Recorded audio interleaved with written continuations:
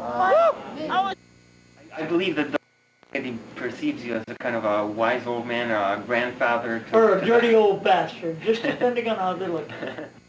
See, I'm one of those idiots that took a vow to be a bodhisattva someday. And a bodhisattva is one that, regardless of their having found their way to enlightenment, come back incarnation after incarnation, so that every living human on the planet comes to enlightenment.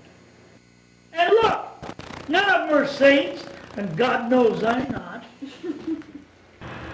In fact, after listening to a couple of my talks, that's why the peer decided I was a madzu. Peer Vilayatkan, you mean? I said, can they use a madzu, but it's just the order? He said, sure.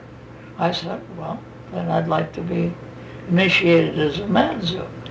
He said, initiated as a madzub? You're a madzub now.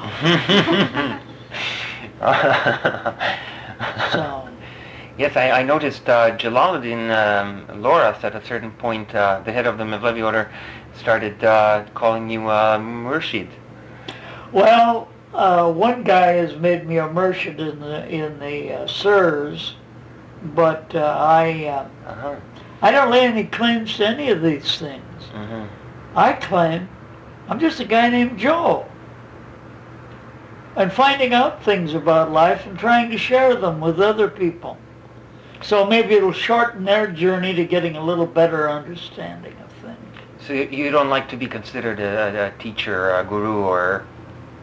No, and there was one guy that claimed I was a Swami, too.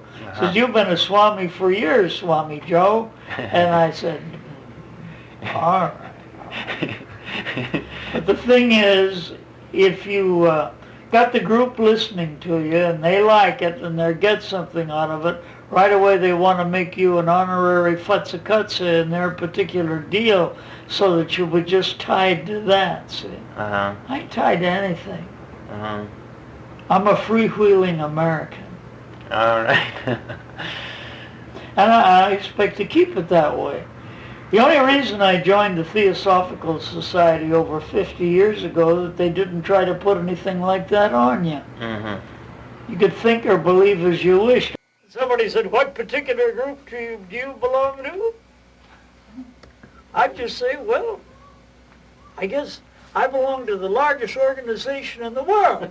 I say, what's that? And I say, humanity. And we're all paying our dues by our living.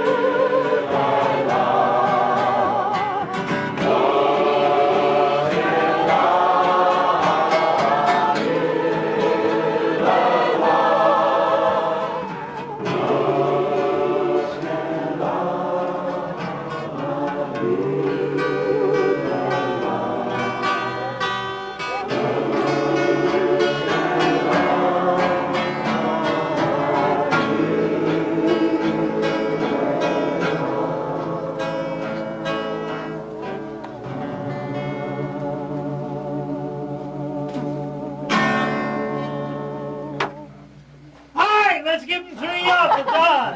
Yeah, it's on.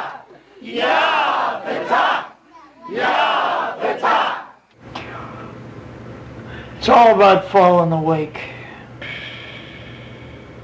Awake to the reality which you really are and which everyone is. That's what we're working on. So it's really a matter of awareness. When you said awareness, you said a concluding word that covers it all. Awareness.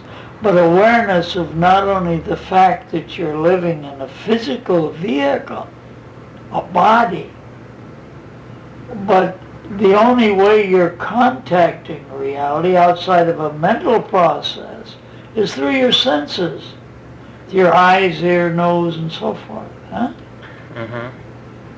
But there is a part of you behind the mind, consciousness itself. And then it's possible for you to fall awake and live in that state anytime you wish it. And know that the higher part of you is living in that state all the time. In a state of unendurable pleasure indefinitely prolonged. I can't squawk at that. That's the message for the day. Get that into your hearts and you'll always be joyous and happy, because joy is the natural state and the bliss of at-one-ment with the all. That's God. That's God. And there's a spark of that God within each one of you. And it's an individual spark, but it's part of that oneness. Because there's no two of us have the same fingerprints. There's something that we're doing and living and being. And that's the thing. Be you. Don't try to be somebody else. Damn it, be you. Go ahead and live. And remember that love is the greatest thing in the world. You know, love is something, you call it passion and sex in some instances. But the birds do it, the cows do it, the tigers and the lions and everybody else does it, right?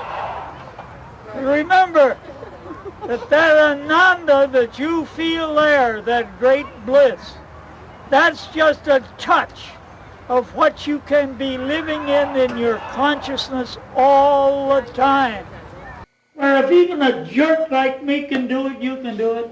By a gentle indrawn breath with no thought, your whole body will be filled with ecstasy. You'll just feel it. You can get more stinking from thinking than you can from drinking, but to feel is for real. Well, that feeling that you get there is not a selfish, possessive feeling. It's just the feel of the love of God. By straight logic, you can never come to it. So therefore, how much you go to churches, whatever name you call the Creator, pick out anyone you want. There are natives in different parts of the world that have made a hunk of stone or a twig or a rock their reality. But if it helped them get in tune with that which is within them, that's the important thing. If you really want to do some meditation, you can't do it. You can't really meditate and even get anywhere near samadhi or anywhere near the reality as long as your subjective side of your being is still busy. You have to be still. You have to be very still. And that isn't new to Sufism. After all, the good book says, be still and know that I am God. Know that you are God. Each and every one of us has that spark of immortality within us.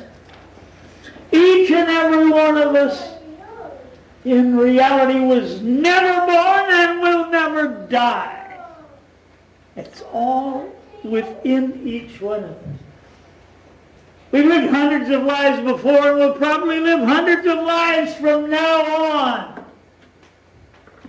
But in the meantime, let's see if we can't get graduated out of this human kingdom. Let's see if we can't get graduated to a little higher level and dig what it's all about. That don't mean that you still can't function here. God knows you're needed. This is a school. Life is a school. Whether we like it or not, it is a school.